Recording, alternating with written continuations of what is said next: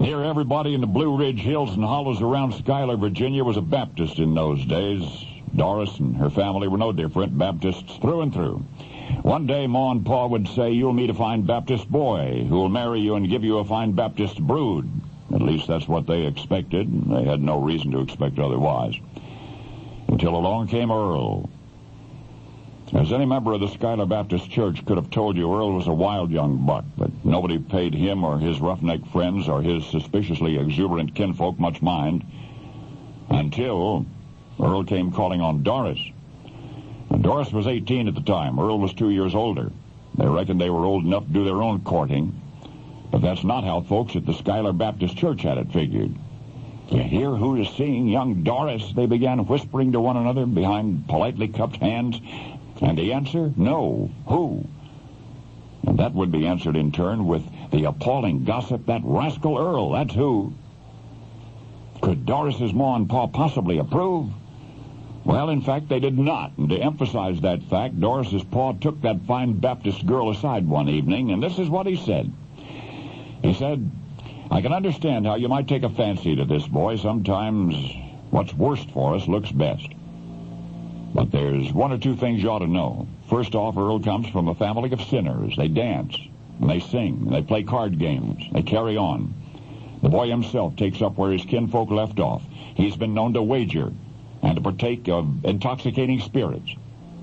Worst of all, when he ought to be in church with the rest of us on Sunday mornings, he's been seen with a fishing pole heading for the creek." Doris's Pa summed it up this way. "I've told you these things so you'll understand. So you'll understand why I am forbidding you ever to see that no-account Earl ever again." Doris nodded sadly and went to her room in tears. Next morning, Pa found the ladder at Doris's open window. She and outlaw Earl had eloped. Doris's Ma was most upset of all. The girl had disgraced the family, she said, further declaring that she would never speak to her daughter again. Well, everybody knew Doris's Ma would go back on that promise. But nobody thought the elopement would last. It lasted, in fact, till death did them part, 49 years later. Doris and Earl now are together once more in a little cemetery in the mountains where weeds and wildflowers play. For once upon a Blue Ridge serenade near 80 years ago, there was a wild young man who got tamed to a point by the love of a fine Baptist girl.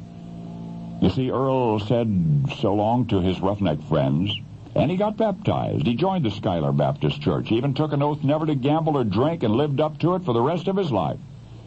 He and Doris had 8 children, by the way, 8 of them, called their oldest son Earl Jr., Earl Hamner Jr.,